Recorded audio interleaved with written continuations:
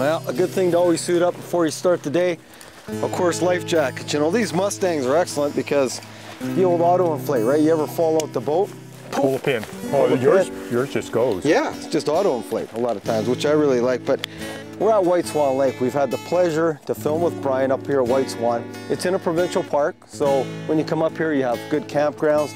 You've got the whole lake good exposure, access, great access, clear water. Yeah, and really easy boat launches. So if you want to bring a boat in here, check your regulations, but there is good boat access. Yep. Yeah. So what are we going to expect today? You know, we haven't been up here in a few years. Yeah. Well, it's mid-June, and it's cloudy today. We should maybe, if we get lucky, we'll see some mayflies, and I think probably still be the odd chironomid around. So that means the odd one. Chironomids. You know Mr. Bobber, right? We're going to put the bobbers on. We love indicator fishing. I mean, Absolutely. That's our gig. So we're due. Yeah, we are due. We'll go and find the nice shoals. You know, we're again probably looking at that 8, 10, 12 feet. Yeah, maybe deeper. I don't know where we are in the season, whether we're late June, early June in terms of hatches, but we'll find out. You know, we're going to find out, and that's a beautiful thing. You go on this lake, and you just go and search it out and find out. That's right. Well, neither of us have been here for a while. Exactly. Well, it's Whiteswan Lake today as we take you sport fishing on the fly.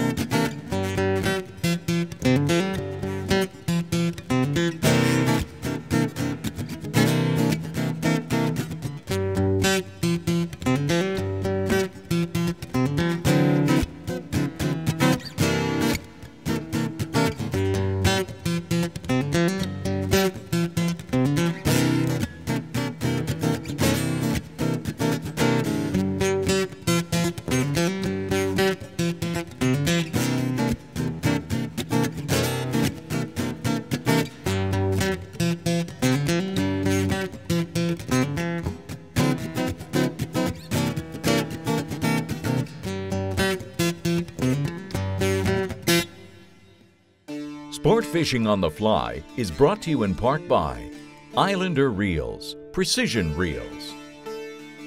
The Frog Boat, inspired by nature, ingenious by design. And the Freshwater Fishery Society of BC. Catch what you've been missing. Go Fish BC.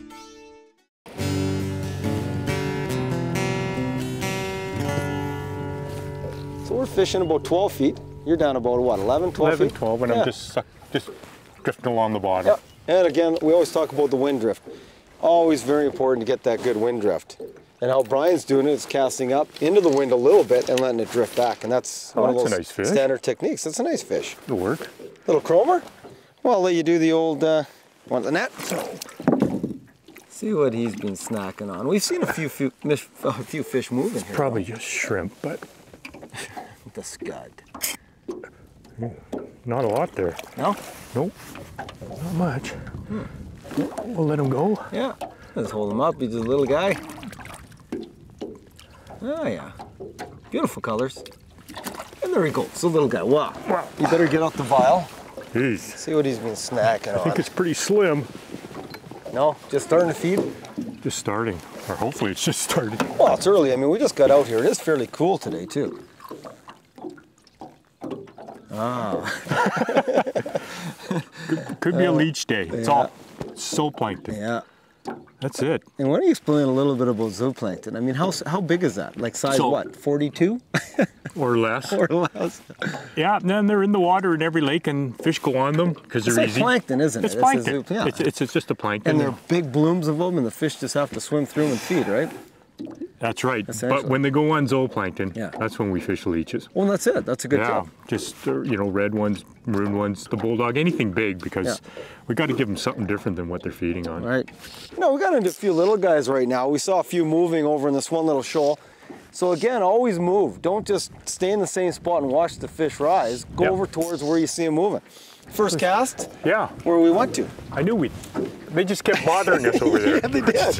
But I mean, that's, again, we talk about look for fish activity, be smart about what you're doing. And that's a good example. We saw, we almost had a double header. That's what you want to do. You want to move to where the fish are. Exactly. Why just watch them and not, We see a lot of people do that. This guy's nice. Oh yeah. A little bit better fish. It is. The thing about white swan too is these fish can get up to, you know, they can get up to 30 inches in here, can't they, Brian? Oh yeah. Like they're huge fish in here. It's a big lake. Well, hopefully when the day progresses. Oh, we just started. Actually, we just started. It's early, man. We've made one little move, and again, we moved to where the fish are.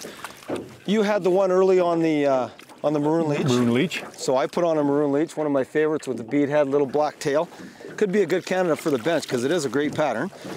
But here's a little guy. He's not huge, but just nice.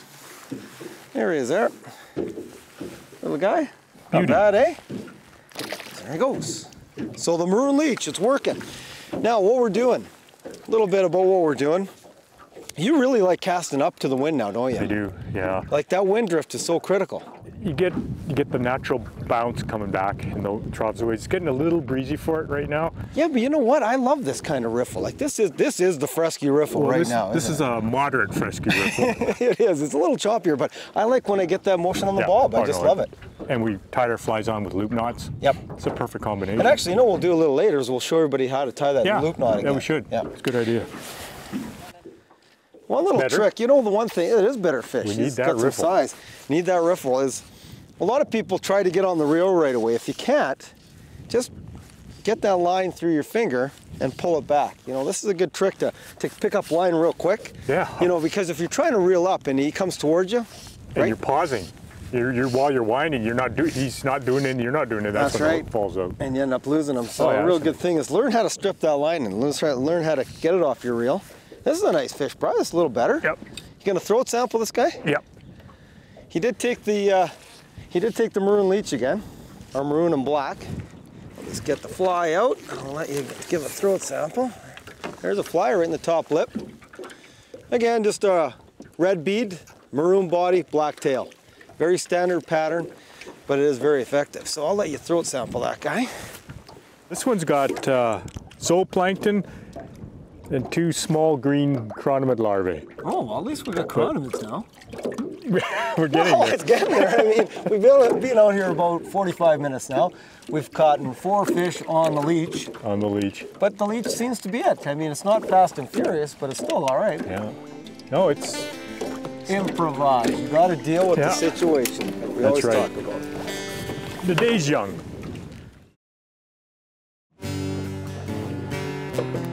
Okay.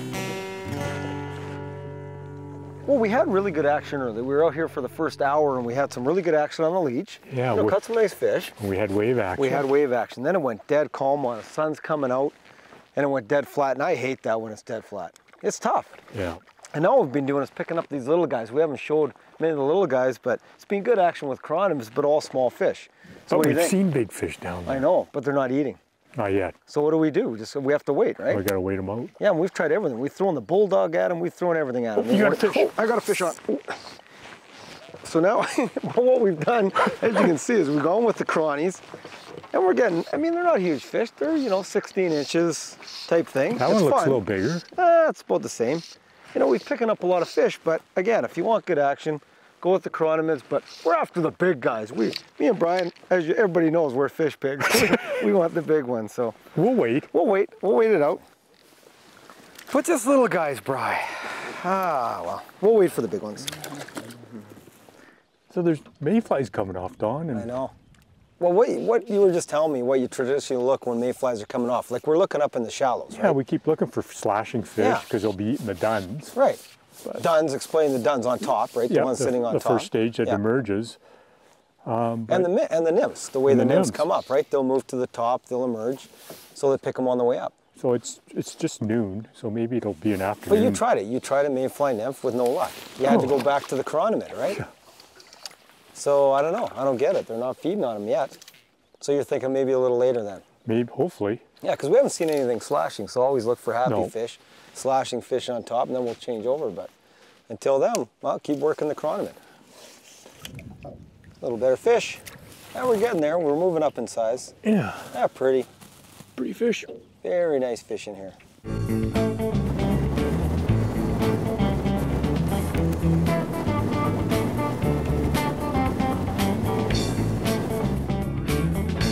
Well, the cool thing is we came up here for lunch. We decided to to anchor in this real nice big shoal on the very end of the lake. We've never been down to this side of the lake. We've only seen the one corner of it. Came down here, beautiful shoal, saw some fish moving right up on, you know, 6 feet of water. Oh, he fell off. All that. I had the net ready. There he is, just swimming away. Just swimming away. But that was pretty cool. Like, sight fishing is very, very much fun. And you put on the chronomid, didn't you? Yeah, small 14 2X chronomid. They look like, well, you can tell. Hopefully we'll get to see them on camera again. They're twisting and turning. You know, they're eating. They're not just swimming in straight lines. Plus, they're not right on the bottom either, doing the mooching. They're about, you know, foot off the bottom, doing their thing, darting around. Yeah, I know. When they're doing that, if you're ever on the shoal and you see that, you know they're eating either maize or chronomid. Right, whatever you're seeing hatching. We saw some chronomids coming off. And if they're on the bottom with their nose down, then you know. Shrimp, your favorite. Shrimp. They're eating the shrimp. Well, let's work it. We might as well putt around in here for a bit. It's exciting to see them in here. Jeez, he barely took it. Oh, yeah.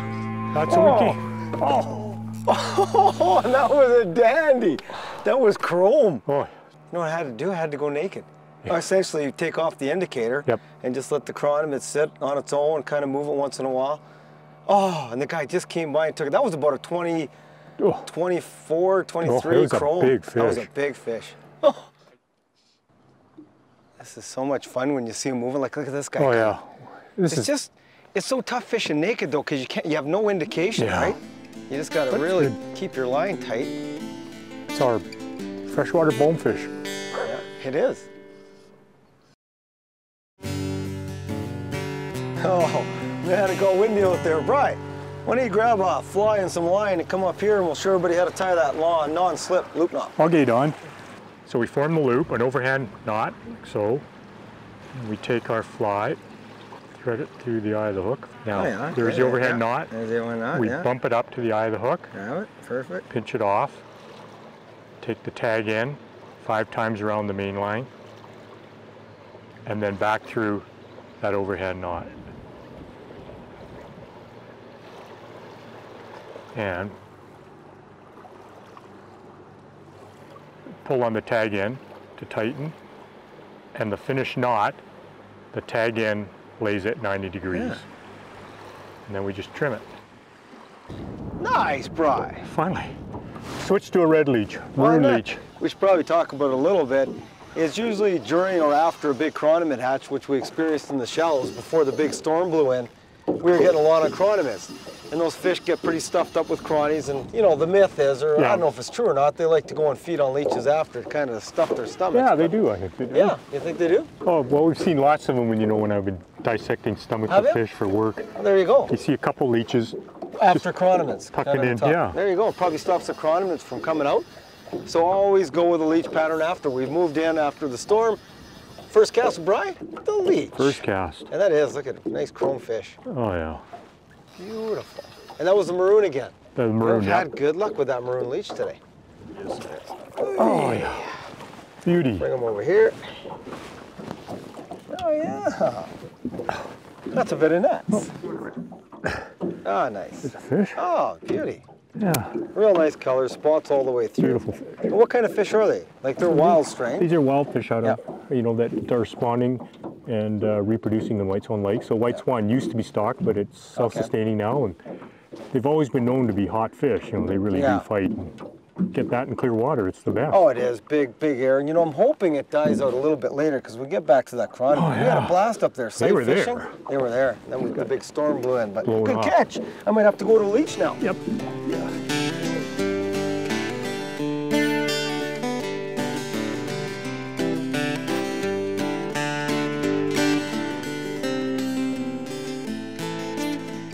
Today on the bench, I'm going to tie you Don's red eye blood leech.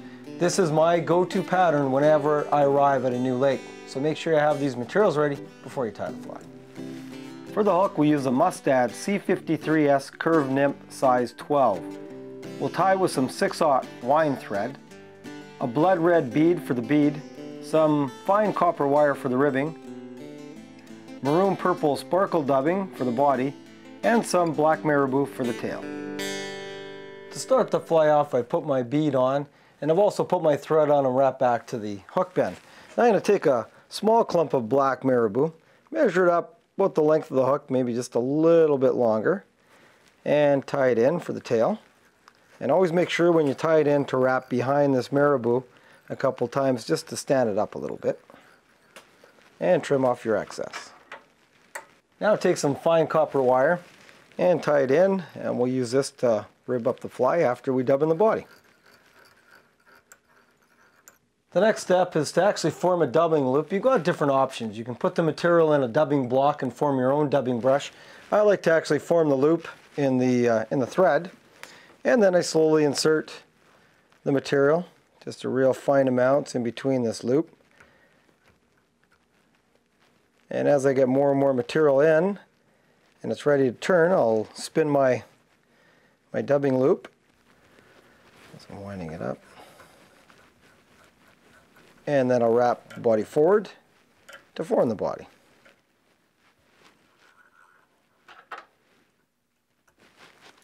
Now take the copper wire that we've had off the back of the hook, and I like to form about 4 to 5 ribs up the fly. Not too many ribs, just keep them simple. 4 to 5 max.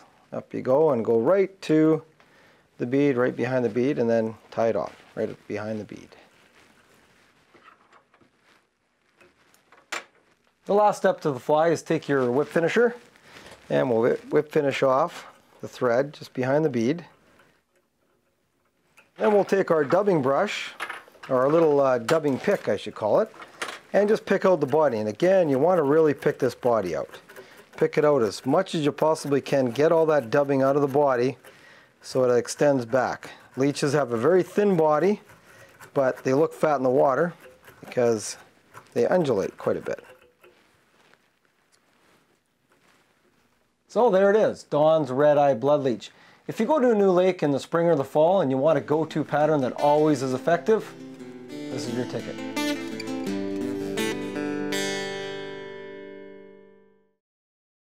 Oh, he's gonna go. Oh. That is just awesome. Unbelievable. Oh, and I got a guy moving for mine, Bright. Could have a double header here. Oh, I can't believe how many times these fish jump. Look at how many fish are over there. Oh, I got yeah. 2 or 3 moving. I'll get this one done. Yeah, maybe this pattern's too Get a big. double. Nice fish. Oh, it's a gorgeous fish. It's been just fighting great. Oh, and they veered off. They went the other way.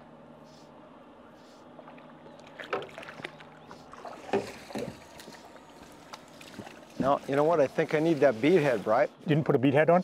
Nope. Nope, I'm gonna need the bead though. I don't think this guy is sinking very good. You gotta have that good motion. And that's a good example of matching ears, right? Oh, yeah. You got the bead on, that's a beauty. You know what I think is making all the difference too is that I've got a glass bead that I had on earlier with the indicator, but you need that undulation, don't you? And you got the gold bead. You want a gold beaded one? Heck yeah. I guess Brian's made 5 casts, 5 fish.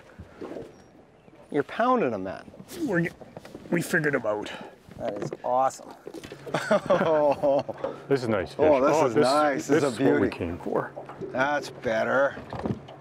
So we had to go naked. We had to go back. We should probably let everybody know what naked means. Whenever we talk about fishing naked, what we've done is taken the strike indicator off. We're usually in shallow water, 6 to 8 feet, and there's very little wind. So there's no benefit of really using the indicator because you're not getting any wind action to help And in entice shallow it. water, we're spooking them. Yeah. So you go indicatorless. Essentially, you go naked, just 12, 15 feet of line, which I have. Probably you have the same. Yep. And you cast it out and you just let that strip and then I think Brian has a small little micro leech on, or what'd you put on? I put on a Maroon micro leech. And you could use chronomets the same way. Fell off. Oh no. Oh, that was a good fish. Why? That was like 22 plus. Oh, that was a dandy. Oh. You know, there's really nothing complicated about fishing naked. Essentially like dry fly fishing, isn't it? And we can wind drift, or we can cast straight downwind, or we can quarter it, and we're in touch with the line, more in touch with the retrieve. And you're just trying to make the fly bounce a little bit, you know, and once in a while. Ultra clear water like this, sometimes, you know, we don't like to, but we have to take it off. Yeah, exactly. And a lot of people don't like to fish with indicators. Yep. They find it boring. This is a Yeah. great way to go. You stay on tune with your line, you get to work it a little bit, give the Yeah. fly that action. That's right. Fry! That was a Oh. nice one. We got a couple jumps out of Yep, them, though. we'll show somebody a big fish pretty quick. We'll land one. Oh, yeah. Oh, 3, 4, 5. 5 jumps out of them now. They are just crushing the leech. It's like 4 casts. That's crazy. 4. Maybe I'll try to land one. Land it. Got to show everybody. Oh, they are hot here. They're hot fish. Oh, there he goes. Whoa! Oh, nice. You know, we saw them in here. You're Yeah. able to sight fish them, and that's the cool part too, is you get to actually see them. Is this guy Kelt or? No, No, fresh. it's a nice fish. Oh, look at him go. Hot fish. Dialed in. You know, the crazy part is we've seen a few fish moving, but they seem to be moving back and forth this Yeah. way, right? They're not in and out. Yeah. They seem to go back and forth. They were happy. Oh, that's nice. I'll even net this guy for Thanks, you, bro. Don. Thanks. Ooh. We just started essentially out in this area. We Yeah. just got to the spot. You put on the leech, we started fishing naked, and bam. Oh yeah, that's healthy fish. That's better. Oh, yeah. Oh yeah. That's more like it. Now there's a nicer fish. Now, hopefully we don't break any rods. We've got enough rods on the go here. But that's the way it is. Yeah, that's 20 plus. How big? Oh, is yeah. your fry? Oh, yeah. That's a nice 22-ish. fish, yeah, that's a nice. Hook's already out. Yeah. And what do you got? The maroon leech, right? Just stuck in the mesh here. Oh yeah. That's a nice healthy Yeah. bow, isn't it? Very jumps. nice. Oh, you went crazy. All right, let him go. And there's quite a few more of those out Oh, there. yeah, We've I've seen never quite a seen few fish moving in here that size. Excellent. Thanks, Don. All right. Well, Finally you know what? got him. We finally got a half decent fish. We've had a great day though, haven't we? Oh, absolutely. You know, anytime you can come out here and get numerous fish, like we've gotten a bunch of little guys, we've got the one Yep. nice one, we've lost some good fish. Yeah. What a really good day on everything. On everything. We had yeah. leeches, we had mayflies, we had some on chronomids, we had them on damsels. Pretty well everything. Just We a just had mixed to wait bag. for them to turn on, and they were turning off and on during the day. Maybe it was the weather. We've had some thunder. Yeah, we had kind of crazy weather. But you know, we're here for the week. We'll probably back up here tomorrow, the day after, so you never know. Hopefully, we're hoping to actually get a mayfly specific show. They started today, and then they didn't They go. really crank up. But when you're out here, definitely take care, conserve our waters. We'll see you next time when we take you sport fishing on the fly. Want more information? Visit us at sfotf.ca. To watch all our latest Sport Fishing on the Fly episodes and to order Sport Fishing on the Fly merchandise, head to www.sfotf.ca. And if you would like to book an adventure like this one showing, head to ontheflyadventures.ca and book yourself the trip of a lifetime.